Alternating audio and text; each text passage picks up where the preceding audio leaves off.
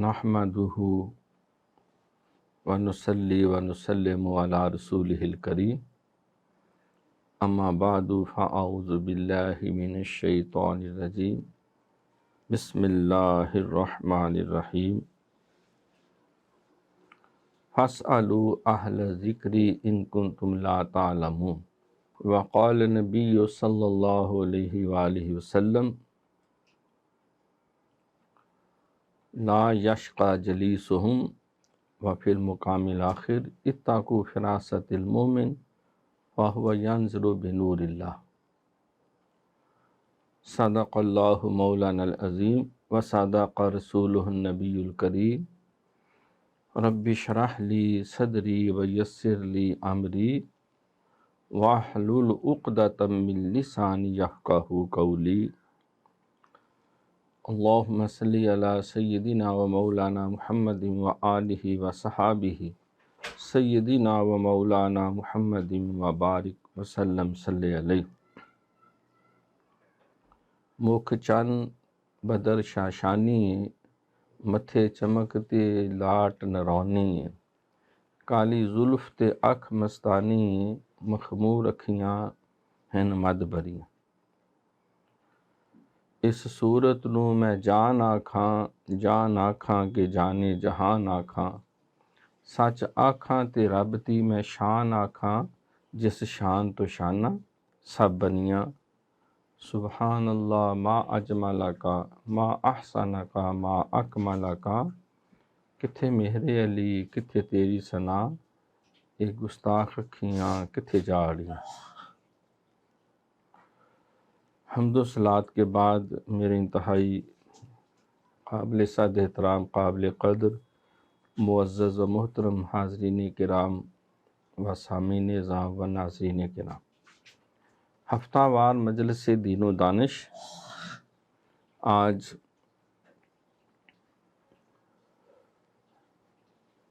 ذکر حضرت سیدنا مجدد دین و ملت امام العاشقین زبدۃ السالکین شیخ الاسلام والمسلمین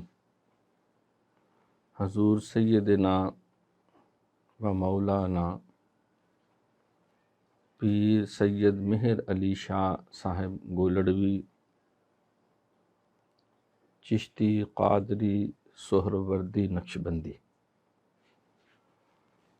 تاجداری گولڈا شریف رحمۃ اللہ تعالی علیہ، آپ کا ذکر خیر کرنا مقصود اور مطلوب ہے، اس لیے کہ آپ بہت بڑے محسن ہیں اہل اسلام کے، آپ عالم ربانی ہیں، آپ مجدد دورہ ہیں، اپنے وقت کے مجدد، اور جتنی بھی آپ کے حیات مبارکہ میں شیطانی قوتیں تھیں ان کے خلاف ڈٹ جانے والے، اور رد قادیانیت میں جن کی خدمات اظہر من الشمس ہیں، اللہ تعالیٰ نے آپ کو علوم ظاہری اور علوم باطنی سے مکمل طور پہ سرفراز فرمایا ہوا تھا۔ آپ حسنی حسینی نجیب الطرفین گیلانی سید اور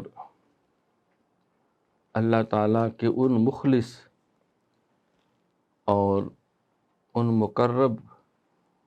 اولیاء میں ہیں جو یقینی طور پر دنیا میں ایک بہت بڑا مشن لے کے آتے ہیں، اور اللہ تعالیٰ ان کے وجود مسعود کو مخلوق کی رشد و ہدایت کا بہت بڑا روشن چراغ اور سورج بناتے۔ ان کے نفوس قدسیہ کی برکت سے ایک جہان فیض یاب ہوتا ہے اور قیامت تک ہوتا رہے گا۔ حضور سیدنا پیر مہر علی شاہ گولڑوی رحمۃ اللہ تعالی علیہ وقدس سر العزیز یہ کسی تعارف کے محتاج نہیں ہیں۔ آپ متحدہ ہندوستان کے اندر جو فتنے انگریزوں کی طرف سے پھیلائے گئے، وہ چاہے قادیانیت کی صورت میں ہو، وہ چاہے دہریت کی صورت میں ہوں، وہ چاہے خارج و رافضی صورت میں ہوں، چاہے وہ نجدیت کی صورت میں ہوں، چاہے وہ دنیا پرستی کی صورت میں ہوں، جہالت کی صورت میں ہوں، کفر و الحاد، بے دینی اور بدعت کی صورت میں ہوں، آپ نے ہر فتنے کا ڈٹ کر مقابلہ بھی کیا اور امت مسلمہ کی رہنمائی بھی فرمائی۔ آپ مامور من الرسول صلی اللہ علیہ وآلہ وسلم وہ فریضہ اعلی کلمۃ الحق ادا فرماتے رہے۔ جب آپ حجاز مقدس میں تھے تو سرکار کا متعدد بار دیدار ہوتا تھا، آپ دائمی حضوری کے مزے لوٹتے تھے، اللہ کی محبت میں وارفتہ رہتے تھے اور حضور علیہ الصلوۃ والسلام کے عشق کا ایک بہت بڑا سورس تھے اور مرکز تھے۔ سرکار کا وہاں جب ایک خاص تناظر میں دیدار ہوا، فرمایا کہ اے میر علی شاہ، تم یہاں حجاز مقدس میں بیٹھے ہو اور ہندو پاک میں لوگ میرے دین کو کینچیوں سے کتر کے لے جا رہے، اٹھو اور اسوہ حسینی کو زندہ اور تابندہ کرتے ہوئے اٹھو اور اس مشن کو جو 1,24,000 کم و بیش انبیاء لے کے آئے، جو تیرے جد اعلیٰ امام الانبیاء امام المرسلین نے پیش کیا، جو خلفائے راشدین، صحابہ اکرام، اہل بیت اطہار اور جتنے اولیاء کرام، بزرگان دین، ائمہ فقہ و شریعت جو ڈیوٹی سارا انجام دیتے رہے، اس مشن کو آگے بڑھاؤ۔ آپ ہندوستان میں واپس تشریف لائے تو آپ کے علم میں یہ بات لائی گئی کہ انگریز نے ایک شجرہ خبیثہ جو ہے، ایک ناخلف جو ہے، اس کو نوازتے ہوئے فتنہ قادیانیت کی صورت میں اہل ایمان کے خلاف کھڑا کیا ہے۔ حضور علیہ الصلوۃ والسلام کی ختم نبوت کے حوالے سے اور مسیح موعود کے حوالے سے جو اہل اسلام کے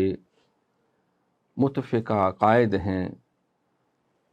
جو قرآن مقدس کی تفاسیر، جو احادیث مبارکہ صحیحہ ستہ اور جو اکابرین امت کے آئے شروع دن سے اعتقادات چلے آ رہے تھے، اور اہل سنت والجماعت کے جتنے بھی معمولات مبارکہ ہیں، امام اعظم ابو حنیفہ رحمۃ اللہ علیہ، حضرت امام مالک رحمۃ اللہ علیہ، حضرت امام شافعی رحمۃ اللہ علیہ، حضرت امام احمد بن حنبل رحمۃ اللہ علیہ، اور مشائخ طریقت کے حضور سیدنا غوث اعظم شیخ عبد القادر جیلانی، حضرت خواجہ خواجگان خواجہ معین الدین چشتی اجمیری ہند الولی، حضرت شاہ نقشبند بہاؤالدین بخاری، حضرت شیخ شہاب الدین سہروردی، حضرت بابا فرید الدین گنج شکر، حضرت خواجہ قطب الدین بختیار کاکی اور دیگر اولیاء کرام بزرگان دین کے جو متفقہ عقائد اور اعمال ہیں، ان کی ایسی غیر شرعی اور غیر حکیمانہ اور غیر محققانہ تعویلات کر کے اسلام کے سارے نظام کو وہ سبوتاژ کر رہا ہے۔ سرکار کی معراج کی الٹی سیدھی تعویلات، مسیح موعود کی واپسی کے بارے میں اپنے ذوم میں مختلف قسم کی خرافات اور دیگر جو اہل اسلام کے متفقہ عقائد اور اعمال ہیں ان کی تضحیق اور نہ ماننے والوں کے لیے انتہائی غلیظ زبان اور بدترین قسم کے جب وہ کلمات وہ استعمال کر رہا ہے، تو اللہ تعالیٰ نے آپ کو یہ توفیق ارزانی فرمائی کہ سرکار دو جہاں صلی اللہ علیہ وآلہ وسلم کی تائید، حکم اور دعا برکت کے ساتھ آپ نے ہر میدان کے اندر جو کفار و مشرکین کی طرف سے، یہود و ہنود کی طرف سے اور انگریزوں کے مختلف جو ایجنٹ تھے ان کی طرف سے پھیلایا جا رہا تھا، انہوں نے بڑا مثبت ان کا جواب دیا اور ایسا جہاد کیا جس میں تقریر بھی شامل کی، تحریر بھی شامل کی، قلب بھی شامل کیا، دعائیں بھی شامل کی، اپنا تن من دن جان مال اولاد سب کچھ جو ہے آپ نے اللہ کی رضا کے لیے ان کو بھرپور جو ہے استعمال کیا۔ حضرت سیدنا پیر میر علی شاہ گولڑوی رحمۃ اللہ علیہ، آپ 1859 آپ کی ولادت باسعادت ہوئی اور 1937 11 مئی آپ کا وصال ہوا۔ تقریباً 78 سال عمر مبارک آپ نے پائی۔ آپ کی حیات طیبہ کے آخری ایام میں آپ کے اوپر اس قدر نورانیت اور لطافت کا غلبہ تھا کہ آپ کا سایہ مبارک جو ہے وہ بھی معدوم ہو گیا۔ جس طرح حضور علیہ الصلوۃ والسلام کا سایہ مبارک نہیں تھا، اسی طرح آپ فنا فی رسول کے اس درجے تک چلے گئے سرکار کی اتباع میں اور ملت اسلامیہ کی خدمات میں، اور لطافت اور روحانیت اور پاکیزگی کا جو اللہ کریم نے اہل بیت طہار کے لیے وعدہ کر رکھا ہے کہ انما یرید اللہ لیذہب عنکم الرجس اہل البیت ویطہرکم تطہیرا، تاکہ اعلیٰ درجے کی تطہیر جو ہے وہ کر دی جائے اور ہر گندگی نجاست بشریت کی قدورتیں اور علائشیں آپ کے وجود سے دور کر دی جائیں۔ تو سیدنا پیر میر علی شاہ گولڑوی رحمۃ اللہ تعالیٰ علیہ، آپ نے اپنے وقت کے جتنے بھی بڑے بڑے علماء تھے، مشائخ تھے، اہل علم تھے، بچپن سے لے کر زندگی کے آخری لمحات تک آپ ان سے استفادہ فرماتے رہے۔ علوم دینیہ، علوم متداولہ اور علوم فقہ، سیرت، 36 علوم جو اس وقت مروج تھے، اللہ کی توفیق سے آپ ان سب میں ید طولا رکھتے تھے، اتھارٹی تھے، سند تھے۔ اس کا اندازہ آپ اس بات سے لگا سکتے ہیں کہ غلام احمد قادیانی نے جب آپ کو چیلنج کیا تو اس نے کہا کہ 400 اجل پورے پاک و ہند سے بلکہ دنیا سے علماء اکٹھے کریں اور میرے مقابلے میں آئے، میں سب کو نعوذ باللہ ناکو چنے چبوا دوں گا، یا پھر میر علی شاہ کو میرے مقابلے میں لاؤ، کیونکہ یہ ان سب کا علم میں، تقوی میں، ورع میں، فکر میں، ظاہر میں، باطن میں سرکار کی سیرت کا ایک کامل نمونہ ہے، اور ان سب کی یہ نمائندگی کرنے کا حق ادا کر سکتا ہے۔ اس کو یہ زوم تھا کہ یہ بھی جرت نہیں کر سکیں گے، کیونکہ اس نے جو بڑی ایک فہرست بنائی اور 40 اجل علماء کو بھی اس نے اس کے اندر جو ہے وہ اپنے علمی زوم کے اندر جو ہے وہ اپنے ہم پلہ نہ سمجھا، تو سیدنا پیر میر علی شاہ گولوی رحمۃ اللہ علیہ نے جس دن اس کا اشتہار چھپا، اس کے اگلے دن فوراً آپ نے اس کے چیلنج کو قبول کر لیا، اور لاکھوں مسلمان آپ کی معیت میں جو ہے وہ داتا کی نگری میں شہر لاہور کے اندر بالکل اسی جگہ جہاں 1940 میں بعد میں قائد اعظم نے قرارداد لاہور اور یعنی قرارداد پاکستان کو منظور کیا تھا، جو منٹو پارک بعد میں اس کا نام اقبال پارک رکھا گیا، بادشاہی مسجد کے سامنے، شاید ان کے وہ قدم مبارک تھے کہ پاکستان کے قیام کی اور پاکستان کے قیام کی تقدیر کا فیصلہ بھی اسی جگہ ہوا۔ آپ کم و بیش 3 دن جو ہے وہ اس کے انتظار میں رہے، چیلنج کر کے بھاگ گیا۔ اس نے کہا کہ میری جان کا خطرہ ہے، کہا کہ اس کی پوری تمہیں سیکورٹی انگریز کی طرف سے بھی ہے اور ہماری طرف سے بھی ہے، تم آؤ اور جو تم نے مناظرہ کا چیلنج دیا ہے میں اس کو قبول کرتا ہوں۔ سیدنا پیر میر علی شاہ گولڑوی رحمۃ اللہ تعالی علیہ آپ اکیلے نہیں تھے، پاک و ہند کے سارے علماء آپ کے ساتھ تھے، دست و بازو تھے، مولانا رحمۃ اللہ کرانوی جیسے بزرگ، عطا اللہ شاہ بخاری جیسے بزرگ، اور دیگر جو اس وقت صوفیاء تھے، مشائخ تھے، وہ سارے کے سارے آپ کے ہم رکاب تھے، اور آپ نمائندے کے طور پر اس نے کہا کہ یہ ہم علمی گفتگو کرتے ہیں، تحریری طور پر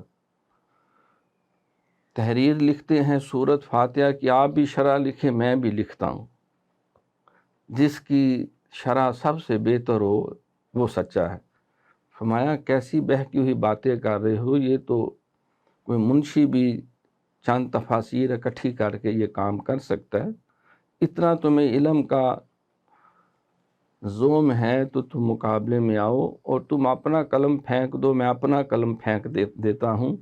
جس کا قلم بغیر ہاتھ کے سورہ فاتحہ کی پوری تفسیر لکھ دے وہ سچا ہے اور دوسرا جھوٹا ہے۔ میں نبی نہیں ہوں، نبی علیہ السلام کا ایک ادنا سا خادم ہوں دین کا، تو نے نبوت کا دعویٰ کیا ہے اور تو اپنے دعوے کو سچا ثابت کر۔ جب وہ اس سے بھاگا تو اس نے کہا کہ 2 لولے جو ہیں وہ لائے جاتے ہیں، تو جس کی دعا سے وہ اپاہج جو ہے وہ فالج زدہ لولا ٹھیک ہو جائے وہ سچا ہے اور دوسرا جھوٹا ہے۔ اس نے کوئی بندہ ایسا تیار کیا تھا جو اپنے بازوؤں ٹانگوں کو آپس میں وہ بل دے لیتا تاکہ اس کو جو ہے وہ دم کیا جائے ہائر کر کے، تو وہ پھر اپنی ٹانگیں اور بازو کھول لے۔ آپ اس کی سازش کو سمجھ گئے، فرمایا کہ یہ تو کوئی طریقہ نہیں، ہم 2 مردے لاتے ہیں، 2 مردے لاتے ہیں، تم مسیح موعود بھی اپنے آپ کو کہتے تھے، مردے بھی زندہ کرتے تھے، تو مسیح موعود جو ہیں وہ تو اللہ کی توفیق سے، جیسا کہ احادیث میں بھی ہے، نص قرآنی سے بھی ہے کہ وہ دنیا میں تشریف لائیں گے اور سرکار کے روزہ انور پہ حاضری دیں گے، حج بھی کریں گے اور سرکار کے پہلو میں دفن بھی ہوں گے، لیکن تمہیں نہ سرکار کے دربار کی حاضری نصیب ہوئی، نہ حج کی حاضری نصیب ہوئی۔ تو وہ مردے زندہ کرتے تھے، میں نبی نہیں ہوں، نبی کے دین کا ادنا خادم ہوں، تم بھی دم کرو میں بھی کرتا ہوں، جس کے دم سے مردہ زندہ ہو جائے وہ سچا ہے، دوسرا جھوٹا۔ اس سے بھی خوفزدہ ہو گیا اور یہ بھی چیلنج کیا گیا کہ تم اپنے آپ کو اتنا ہی اللہ کا نمائندہ سمجھتے ہو تو دونوں جو ہیں وہ باش مسجد کے مینار سے کود جاتے ہیں، جو زمین پہ آ کر بھی زندہ سلامت رہے وہ سچا ہے اور جو ہلاک ہو جائے وہ جھوٹا ہے۔ اس سے بھی بھاگ گیا، نہیں آپ ادھر بد دعا کریں میں ادھر کرتا ہوں، مباہلہ کا چیلنج۔ تو مباہلہ کا چیلنج تو سرکار کو بھی نجران کے عیسائیوں نے دیا، قُلْ تَعَالَوْا نَدْعُ أَبْنَاءَنَا وَأَبْنَاءَكُمْ وَنِسَاءَنَا وَنِسَاءَكُمْ وَأَنفُسَنَا وَأَنفُسَكُمْ ثُمَّ نَبْتَهِلْ فَنَجْعَلْ لَعْنَةَ اللَّهِ عَلَى الْكَاذِبِينَ۔ اے میرے محبوب نے کہو جاؤ تم آ جاؤ، اپنی مردوں کو لے آؤ، میں اپنے مردوں کو لے آتا ہوں، تم اپنی عورتوں کو لے آؤ، میں اپنی عورتوں کو لے آتا ہوں، تم اپنے بیٹوں کو لے آؤ، میں اپنے بیٹوں کو لے آتا ہوں۔ پھر ہم بد دعا کرتے ہیں، جو جھوٹا ہے اللہ اس کو ذلت سے ہلاک کر۔ تو نجران کے عیسائیوں نے جب دیکھا کہ سرکار حضرت مولا علی شیر خدا سیدہ خاتون جنت فاطمہ زہرا رضی اللہ عنہ اور حسنین کریمین ان دونوں کو انگلی لگا کے جب تشریف لا رہے ہیں تو یہودیوں نے کہا کہ اے نصرانیوں تم ہمیشہ کے لیے ہلاک ہو جاؤ گے، تباہ و برباد ہو جاؤ گے۔ یہ سچا ہے، اس کے ساتھ پاکیزہ نفوس جو ہے اگر اس نے بد دعا کی اور ان پاکیزہ نفوس نے آمین کہا تو تم نیست و نابود ہو جاؤ گے۔ لہٰذا وہ مقابلے میں آنے کے بجائے وہاں سے بھاگ کھڑے ہوئے۔ حدیث میں آتا ہے سرکار نے فرمایا کہ اگر وہ بد نصیب آ جاتے اور بد دعا ہو جاتی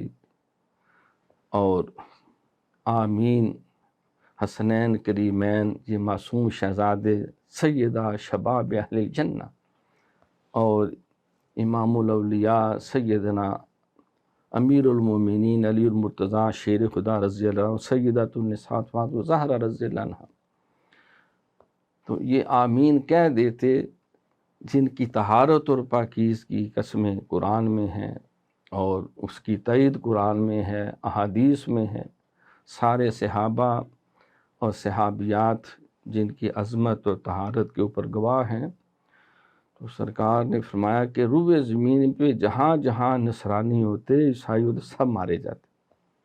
اللہ کی حکمت یہ تھی وہ بھاگ گئے لیکن یہ نہیں بھاگا، آپ نے بد دعا کی، اس نے اپنی جگہ بد دعا کی۔ چند ہی سالوں کے بعد سن 1900 میں یہ مباہلہ ہوا اور غالباً 1908 میں وہ برانڈتھ روڈ پہ اپنے کسی نسبت والے کے دکان کے واش روم میں انتہائی ذلت کے ساتھ وہ موت کی نیند سو گیا۔ تو اس طرح اس کو تابوت میں بند کیا گیا کہ اس کی شکل دیکھنے سے بھی انگریزوں نے منع کر دیا کہ اس کے چہرے کو دیکھیں، کسی نے دیکھا تو خطرہ ہے کہ وہ جان سے ہاتھ نہ دھو بیٹھے دہشت سے۔ اس کے مقابلے میں 1937 تک تاجدار گولڑا شریف حیات رہے اور آپ کے وصال کے وقت بھی اس طرح چہرہ چمک رہا تھا جیسے 14ویں رات کا چاند ہے، اور کم و بیش 10 لاکھ مسلمانوں نے نماز جنازہ پڑھا اور 3 دن تک ان کا دیدار ہوتا رہا۔ تو سیدنا پیر میر علی شاہ گولڑوی رحمۃ اللہ علیہ یہ وہ مرد وحید اور مرد حق آگاہ جنہوں نے اپنے زمانے کے جتنے فتنے تھے، آپ کے جو تحریری کاوشیں ہیں امت مسلمہ کے لیے جو ہدایت و رہنمائی کے لیے ہیں وہ بے شمار ہیں۔ لیکن جو اب تک طباعت اور اشاعت کے مرحلوں سے گزر چکی ہیں، وہ میں چاہتا ہوں کہ ہم، کیونکہ سیف چشتیائی کا درس ہمیں بنیادی طور پہ مطلوب ہے، تو اس میں سب سے پہلے آپ کی حیات طیبہ کے اوپر مہر منیر، آپ کی سیرت، آپ کے کردار، آپ کا خاندان، آپ کے آباء و اجداد، متعدد اس کے اندر ابواب اور فصول بنا کر آپ کی حیات طیبہ کے تمام گوشے جو ہیں حضور سیدنا صاحبزادہ پیر محی الدین شاہ گیلانی، آپ کے لخت جگر حضور بابو جی علیہ رحمہ، انہوں نے اپنی نگرانی میں اور علماء دین، علماء اہل سنت کی نگرانی میں بڑی تحقیق اور احتیاط کے ساتھ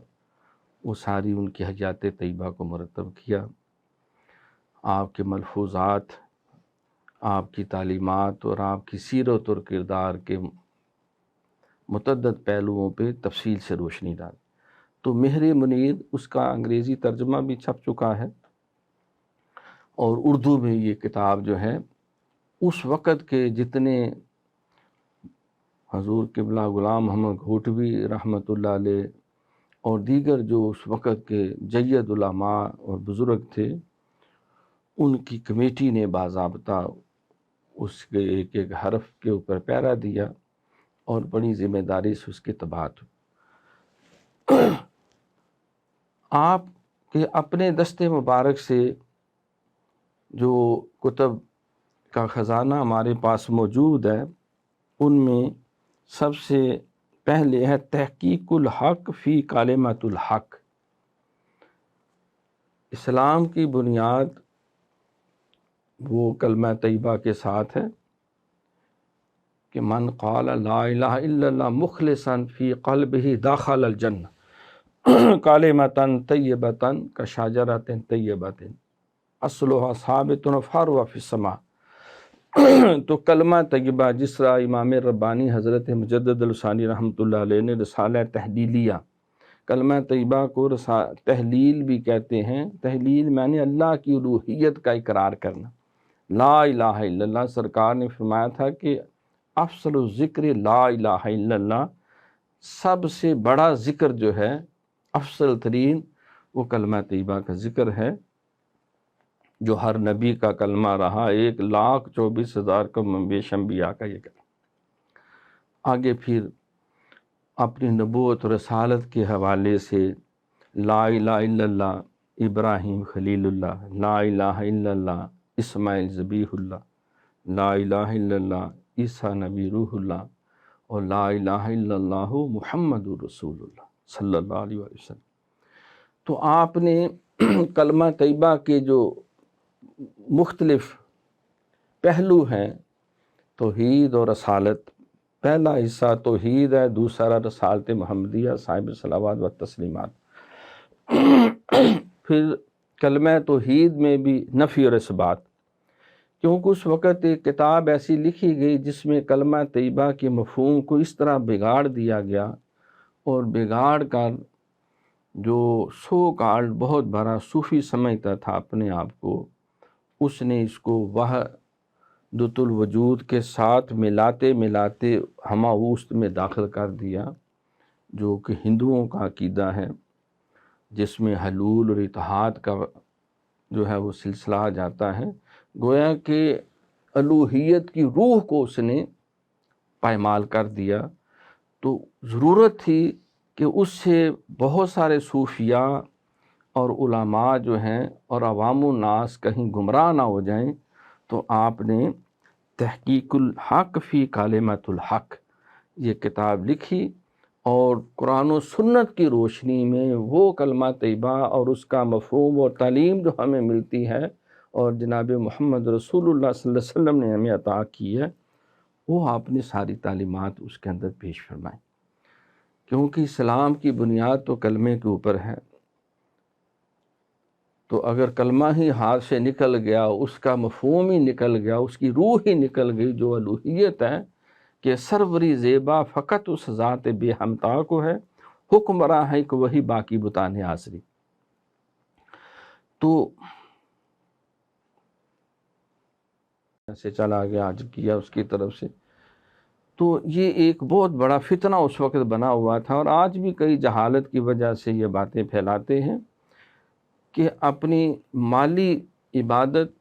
یا زبانی عبادت یا جسمانی عبادت کا کسی دوسرے کو فائدہ دینا، ثواب دینا.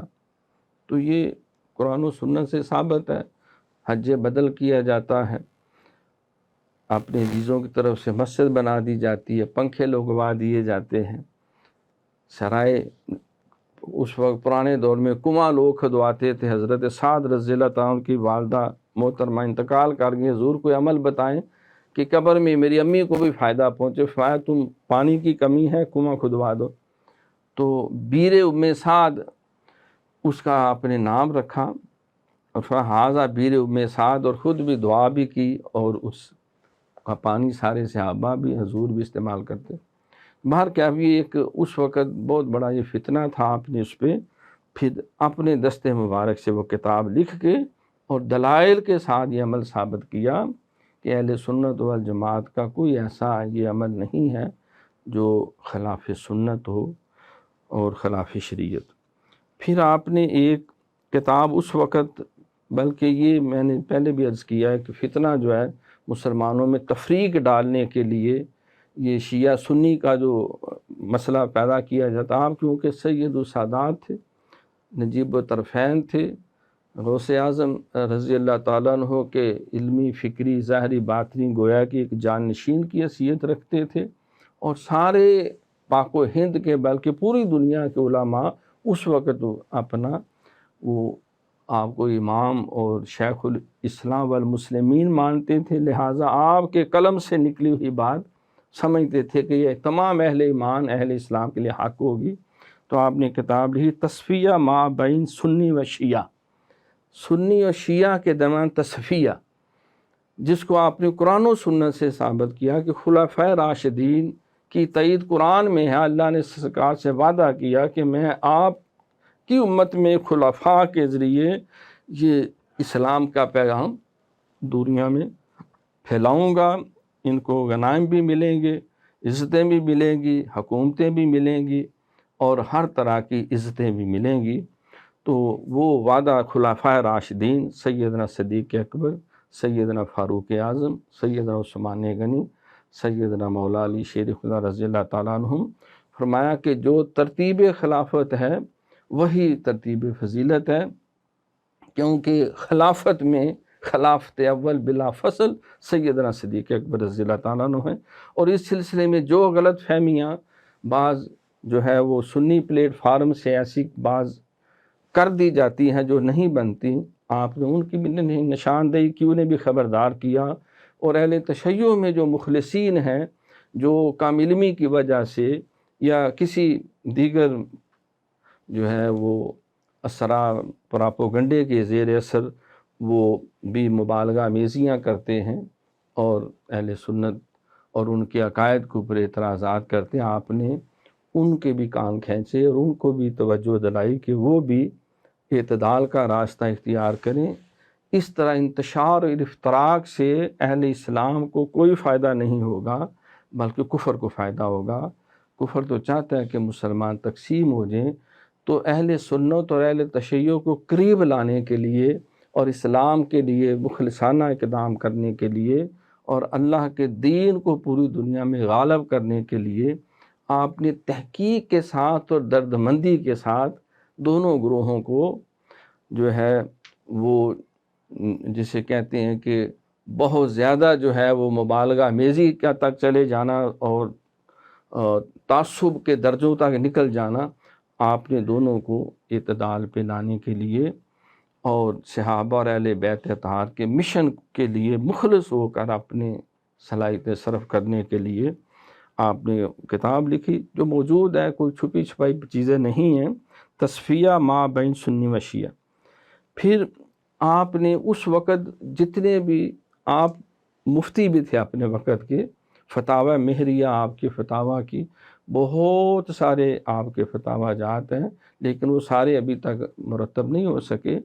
تو اس وقت جتنے بھی بڑے بڑے مسائل پیدا ہو رہے تھے، مثلا طلاق ثلاثہ کے حوالے سے، نماز جمعہ کے حوالے سے، اور جو سادات کے لیے سرکار نے زکوٰۃ اور صدقات جو ہے وہ منع کیے ہیں، اس کی کیا حکمتیں ہیں، اور اسی طرح دیگر جو غیر مقلدین کی طرف سے مختلف جو اعتراضات ہوتے ہیں، تو یعنی ان میں خارجی بھی شامل ہیں، تو آپ نے اس کے اوپر بھی بڑے اچھے طریقے سے فتوے دیے قرآن و سنت کی روشنی میں۔ اور آپ ایک ایسی شخصیت ہیں کہ تمام اہل اسلام کسی بھی وہ مسلک سے تعلق رکھتے ہوں، کسی بھی گروہ سے تعلق رکھتے ہوں، جب سیدنا پیر میر علی شاہ گولڑوی رحمۃ اللہ علیہ کا نام آ جاتا ہے، سارے ادب سے کھڑے ہو جاتے ہیں، کیونکہ آپ حقیقت میں شریعت محمدیہ کے اپنے وقت کے اور بعد آنے والوں کے لیے بھی ایک مکمل رہنما، اور آپ جو ہے وہ تمام علوم دینیہ کے اندر فرماتے تھے کہ اللہ نے اپنے کرم سے مجھے ظاہر کے علوم بھی عطا کیے ہیں اور باطن کے علوم بھی عطا کیے ہیں۔ پھر آپ کے مکتوبات شریف جو ہیں، مکتوبات مہریہ وہ ہیں، اور آپ کے ملفوظات مہریہ ہیں حیات طیبہ کے حوالے سے۔ تو معزز حاضرین کرام و ناظرین کرام، حضور سیدنا پیر میر علی شاہ گولڑوی رحمۃ اللہ علیہ، ان کی سیرت، کردار، خدمات اور مختلف جو علمی فکری کاوشیں ہیں، اس کو ایک نشست میں بیان کرنے کا کوئی حق ادا نہیں کر سکتا، نہ ہماری بساط ہے۔ ہم تو بس جو ہے اشارہ کر سکتے ہیں۔ تو یہ اس لیے بیان کرنا ضروری سمجھا کہ ان کی شخصیت اور کردار ہمارے سامنے ہو، پھر ہم سیف چشتیائی کے بارے میں جو کچھ پڑھیں اور جو کچھ انہوں نے تحریر کیا، سمجھیں کہ یہ ایک کامل شیخ الاسلام والمسلمین کے کلمات ہیں، اور وہ جو معمور من الرسول ہیں، اور جو اللہ کی رحمت کے سائے میں ہیں، اور صحابہ کرام اہل بیت اطہار کے تمام فیوز و برکات کے کامل جانشین و وارث کی طرح ہیں، اور اپنے دور میں اور آنے والے مسلمانوں کے لیے انہوں نے جو بھی تعلیمات ارشاد فرمائیں، اور اپنے صاحبزادے حضور قبلہ عالم حضور سیدنا بابو جل رحمہ جو ہے، ان کی صورت میں ایک ایسی پاکیزہ ہمارے پاس رہنما چھوڑ کے گئے، جن کے زیر سایہ تمام اہل ایمان اور اہل اسلام جو ہے وہ آسودہ خاطر رہے، اور آپ کی تعلیمات کو عملی طور پر آپ نے ساری دنیا میں پھیلایا، اور آگے ان کے خانوادے جو ہیں وہ اپنی بساط، ہمت اور طریقے کے مطابق اس مشن کو آگے پھیلانے کے لیے کوشاں ہیں۔ ہماری خوش بختی ہے کہ ہم بھی ان کے ادنا خاکساروں میں اور ادنا غلاموں میں شامل ہیں، اور ان کی غلامی ہی ہمارے لیے یہ سب سے بڑی سعادت ہے۔ آخر میں پھر عرض کروں گا کہ کتھے مہر علی، کتھے تیری ثنا، گستاخ اکھیں یا مشتاق اکھیں کتھے جا رہیاں، سبحان اللہ ما جمالہ کا، ما ثنا کا، ما کمالہ کا۔ یعنی وہ ایسے اشعار ہیں کہ جو ہر طرف زبان زدیام ہیں، جو ان کے عشق مصطفیٰ جو ہے اس میں سے ایک ایک حرف سے چھلکتا ہوا نظر آتا ہے۔ اس صورت نو میں جان آکھاں کہ جانے جہان آکھاں، سچ آکھاں تے رب دی میں شان آکھاں، جس شان تو شانہ سب بنیاں۔ اللہ تعالیٰ سے دعا ہے کہ اللہ تعالیٰ ان کے درجات اپنی جناب میں اور بلند سے بلند ترین فرمائے، اور ان کی ساری خدمات کا اچھا صلہ اپنی طرف سے ہم غریب و مسکینوں کی طرف سے بھی عطا کرے، کہ ان کی رہنمائی میں اور ان کی توجہات کے طفیل یہ ایمان کا نور اور اسلام کی رونقیں جو بحال ہیں، اور فتنہ قادیانیت کے اوپر آپ نے جو کاری ضرب لگائی، یہ امت مسلمہ کے لیے ان کی ایسی خدمت ہے کہ جس میں یقیناً آپ یکتا بھی ہیں اور بہت بڑے رہنما بھی ہیں۔ اللہ رب العالمین ان کی تربت پہ اپنی ساری رحمتیں نازل کرے، اور ان کے سارے وابستگان کو پوری دنیا میں جہاں کہیں ہیں، اللہ ان کو اپنے شیخ کے نقش قدم پہ چلنے کی توفیق عطا فرمائے۔ وما علینا الا البلاغ المبین۔